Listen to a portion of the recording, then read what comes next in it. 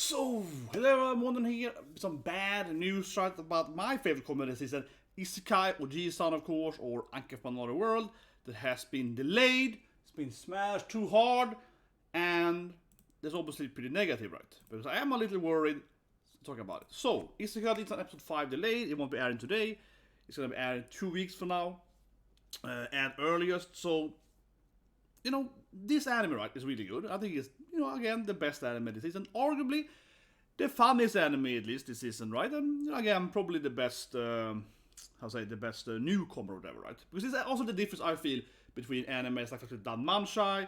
You've seen it for, 3 other seasons. You've seen the spin-off and so on, right? So, basically, gets, 4 seasons before, right? If you include Svorotori or so on.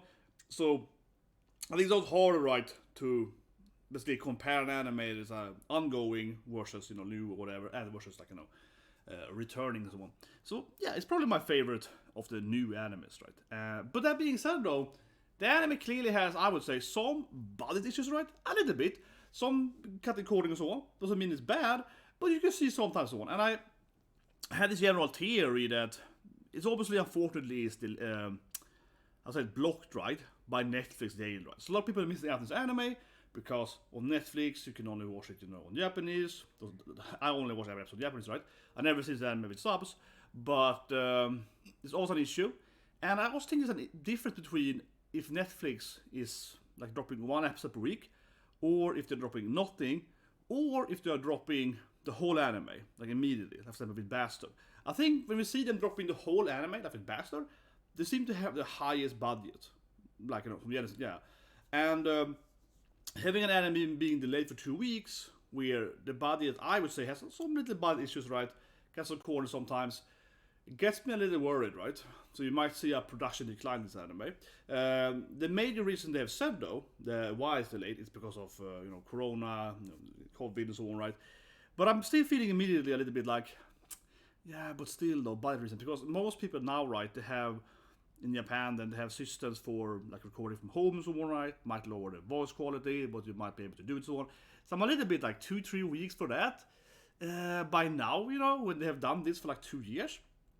For that matter, I'm talking about Saori Hayami, of course, Mama Yor, Yamato and so on, right? She also just got COVID, right? Which might delay One Piece episodes for that matter, right? She's also, of course, Yamato in One Piece and so on. But this is what I'm thinking here, right? Because for One Piece, I know they have recorded in other studios, right, in Dark System 4 and so on. They have kind of a COVID system, basically, right? So here I haven't heard anything about One Piece being delayed because she can't voice Yamato right now, right? That being said, though, One Piece is gonna have, I think, 2-3 filler episodes about Uta with the movie, and that might mean that she won't do any voice on it anyway, right? So there might be a good time, so to speak.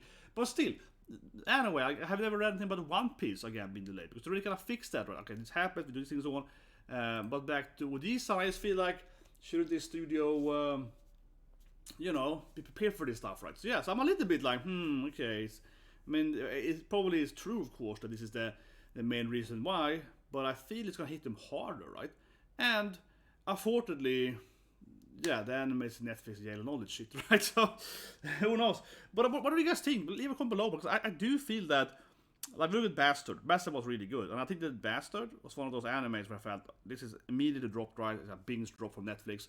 It just felt like they cared more about it, and also Netflix itself, right? Netflix anime is doing more PR and more ad for and so on. So I definitely think if I see Netflix buying an anime, and by either blocking it until it's completely finished something on the Japanese TV or doing this one weekly thing, they seem to care less, right? Seriously.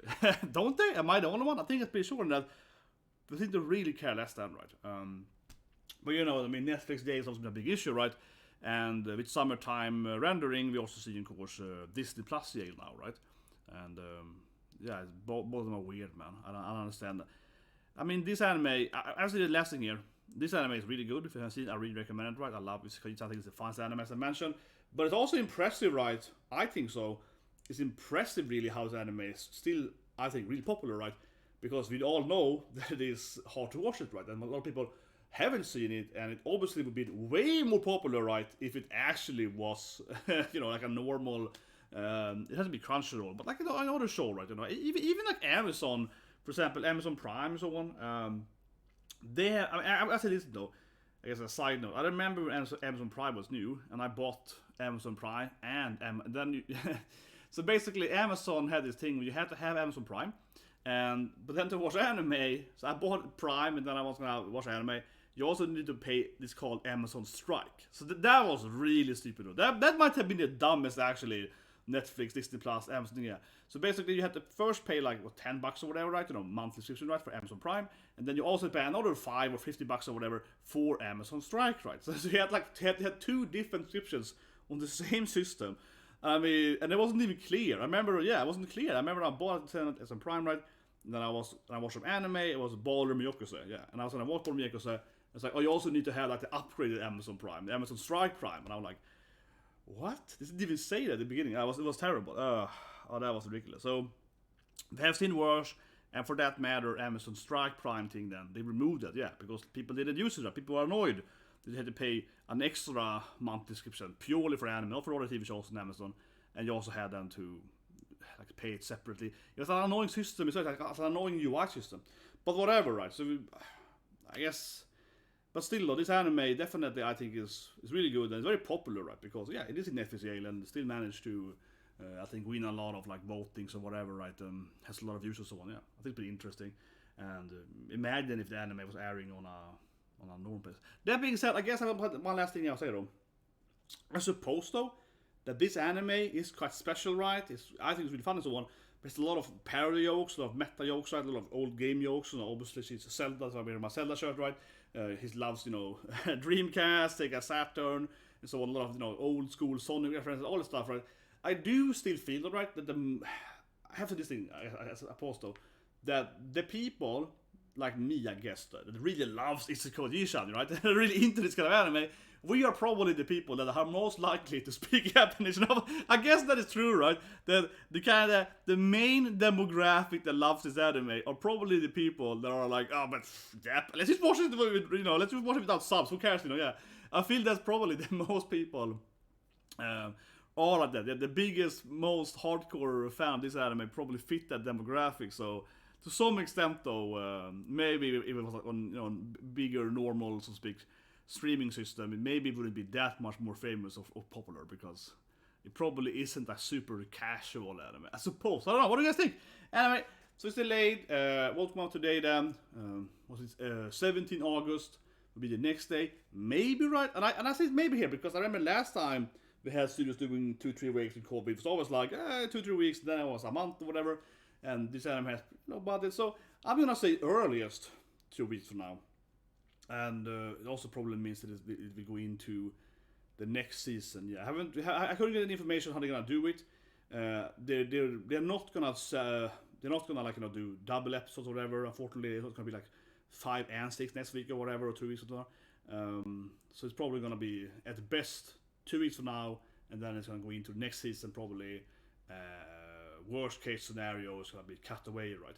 But still airs on TV, right? So it's a little bit confusing there. We gotta see what they do. They might do this thing, since sometimes last times with COVID that they air it until it stops, right? Then they can't air it anymore because the TV rights and so on. So then they air the last episodes, maybe in like a batch or whatever. So we're gonna see what happens. But anyway, please subscribe, please like button, så guys, of course, Made in Abyss kommer tonight, and also of course Isekai Harem people. So I'm going to have a great day.